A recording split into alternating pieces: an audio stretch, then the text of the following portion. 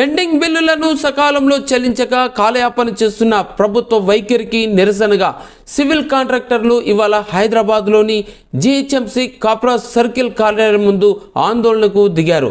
గత బీఆర్ఎస్ ప్రభుత్వం పనులు చేయించుకొని ఏడాది పాటుగా కోట్లాది రూపాయల బిల్లులన్నీ పెండింగ్లో పెట్టిందని, నానా ఇబ్బందులకు గురి చేసిందంటూ కాంట్రాక్టర్ రవీంద్ర సాగర్ ఆవేదన వ్యక్తం చేశారు.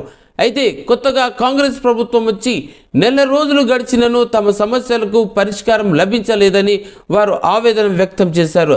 అయినా కూడా ప్రజా అవసరాలకు ప్రభుత్వ అధికారులు, రాజకీయ నాయకులు తమ స్వార్థపూరిత ప్రయోజనాల కోసం తమను వాడుకొని ఇబ్బందులకు గురి చేయటం సబబు కాదని వారు అన్నారు. అయితే ఇదే విధానం కనుక కొనసాగితే ఆందోళన మరింత ఉధృతం చేస్తామని వారు ఈ సందర్భంగా హెచ్చరించారు.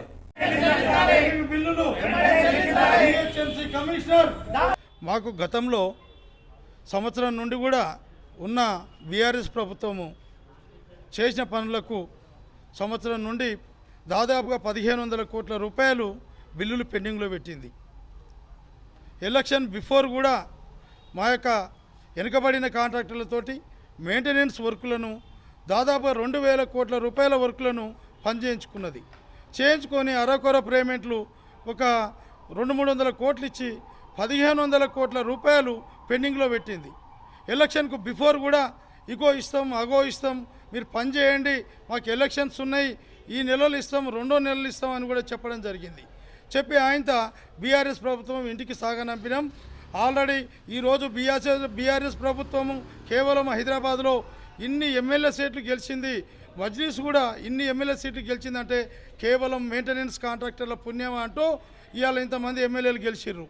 కానీ మేము ఇంత కష్టపడి అప్పులు తెచ్చి, ఓడీలు తెచ్చి, క్రెడిట్ తెచ్చి, లోన్స్ తీసుకొని ఒక్కొక్క కాంట్రాక్టరు 3 కోట్లు, 4 కోట్లు, 5 కోట్లు ఖర్చు పెట్టి ఇవాళ పనులు చేసి ఎలక్షన్ బిఫోరు ఎలక్షన్కు పంపిస్తే వాళ్ళు గెలిచి ఇవాళ ప్రభుత్వాన్ని ఏలుతున్నారు, కాంగ్రెస్ ప్రభుత్వం కూడా. కానీ కాంట్రాక్టర్ల పెండింగ్ బిల్లులు అయితే ఇద్దామనే పాపాన పోలేదు.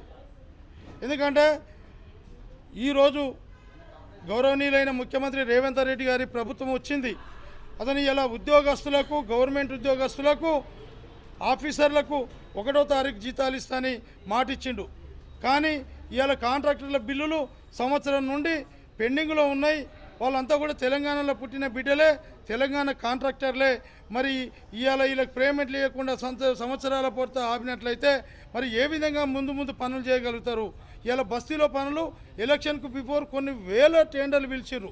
అవి మేము ఇప్పటికి కూడా 50% తవ్వి పని స్టార్ట్ చేసి పెట్టడం జరిగింది.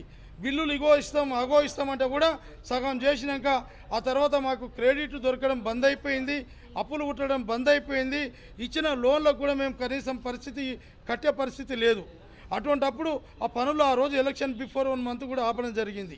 ఆపిన పనులు ఇప్పటిదాకా ఎక్కడ వేసిన గొంగడి అక్కడే ఉంది, కానీ ఎక్కడ కూడా కాలనీలలో పనులు చేసిన పాపన పోలేదు.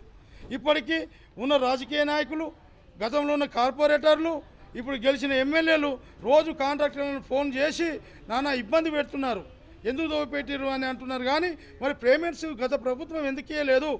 మరి ఇప్పటికైనా వీళ్ళ పేమెంట్లు ఇచ్చినట్లయితే వీళ్ళు మళ్ళీ ఎక్కడ పోతారు? మళ్ళీ పెట్టుబడిగా మధ్య తరగతి కాంట్రాక్టర్లు వీళ్ళ జీవిత శైలి ఇదే అనే వీళ్ళకు ఒక జీవితాన్ని ముందు సాగించినట్టు ఉంటుందని కూడా వాళ్ళు ఆలోచించకుండా మా పనులు చేయండి, మీరు ఎందుకు టెండర్లు పెట్టిండ్రు, ఎందుకు టెండర్లు వేసిండ్రు అని కూడా వాళ్ళు మాటలు అనడము, ఆ తర్వాత అధికారులతోటి కుమ్మక్కై నోటీసులు ఇప్పించడం జరుగుతుంది. అంతేగాని మా పేమెంట్ విడుదల చేద్దాము, మళ్ళీ వీళ్ళు ఎక్కడ పోతారు, మళ్ళీ వీళ్ళకు కనీసం ఇవాళ మా కాంట్రాక్టర్లకు ఒక పండుగ వస్తే పండుగ చేసుకునే పరిస్థితి లేదు. మా కుటుంబంలో ఒక అనారోగ్యానికి గురైతే కనీసం హాస్పిటల్ ఖర్చులు పెట్టడానికి కూడా నానా ఇబ్బంది అయిపోయింది. ఇదే విధంగా రేవంత్ రెడ్డి గారికి చెప్పేది ఒక్కటే, గత ప్రభుత్వాలు బీఆర్ఎస్ ప్రభుత్వం చేసింది ఈరోజు ఇంటికి పోయింది. కాంట్రాక్టర్లకు పనులు చేయించుకొని 1 రూపాయి కూడా పేమెంట్ చేయకుండా దాని మీద వంకలు పెట్టి విజిలెన్స్కి ఇచ్చి నానా ఇబ్బందులు పెట్టి కూడా ఇవాళకి కూడా కొన్ని 2 సంవత్సరాలు 3 సంవత్సరాల పేమెంట్లు ఆపుకున్నది. ఇవాళ మేము కట్టిన ఈఎండీలు 2 సంవత్సరాల తర్వాత ఇవ్వాలి, అవి కూడా 2 ఇయర్స్ 3 ఇయర్స్ అయితే కూడా ఇచ్చే పరిస్థితి లేదు. ఇంకో విషయము, ఈరోజు మాకు సంక్రాంతి లోపుగాన డబ్బులు ఇవ్వనట్టయితే మేము సంక్రాంతి తెల్లారి ప్రతి ఒక్క సర్కిల్లో మేమందరం కాంట్రాక్టర్లను కలిసి ప్రతి ఒక్క సర్కిల్లో కూడా ధర్నా చేయడానికి పిలుపునిచ్చుకున్నాం. అదేవిధంగా పండుగ తెల్లారి సర్కిల్లో ధర్నా చేయడం, ఆ తర్వాత హెడ్ ఆఫీస్లో ధర్నా చేయడం, ఆ తర్వాత ప్రజాభవన్లో కూడా ధర్నా చేసే పరిస్థితి మాకు ఉంది. 100% ఈ పత్రికా విలేకరుల సమ్ముఖంగా నేను తెలియజేయడం జరుగుతుంది. ఎందుకంటే ఇవాళ ఈ ప్రభుత్వం మీద వ్యతిరేకత అని కాదు, మొన్ననే వచ్చింది ప్రభుత్వం మాకు తెలుసు, కానీ మా పరిస్థితులు అట్లున్నాయి. మా పరిస్థితులు ఆ రకంగా ముందుకు సాగాలని చెప్తున్నాయి. ఎందుకంటే ఈరోజు ఇంటి దగ్గర వచ్చి సాయంత్రం వరకు అప్పులోలు కూర్చుంటున్నారు. ఇవాళ మా భార్య పిల్లలు కూడా కనీసం కాలేజీ ఫీజులు కట్టే పరిస్థితి లేదు. అలాంటప్పుడు చోద్యం చూసుకుంటా 1వ తారీఖు ఉద్యోగస్తులు ఈడ ఆఫీసర్లు జీతాలు తీసుకొని మాకు నోటీసులు పంపిస్తున్నారు తిరిగి మళ్ళా. మరి సంవత్సరం కూడా వీళ్ళకి డబ్బులు లేవు, కనీసం వీళ్ళ జీవనశైలి ఎట్లా? మరి వీళ్ళు కూడా తెలంగాణలో పుట్టిన బిడ్డలే కదా అనే ఆలోచన లేకుండా ఆఫీసర్లు అనేంత మాత్రాన 1వ నెల జీతాలు తీసుకొని ఇవాళ మాకు నోటీసులు బలవంతంగా నోటీసులు పంపిస్తున్నారు. కనుక ఈ సందర్భంగా తెలియజేయడం ఒకటే, పేమెంట్లు ఇయ్యనట్లయితే పండుగ సంక్రాంతి లోపు 100% మీ ప్రజాభవన్లో వచ్చి కూడా మేము ధర్నా కూర్చుంటామని కూడా ఉన్న ముఖ్యమంత్రి రేవంత్ రెడ్డి గారికి తెలియజేయడం జరుగుతుంది.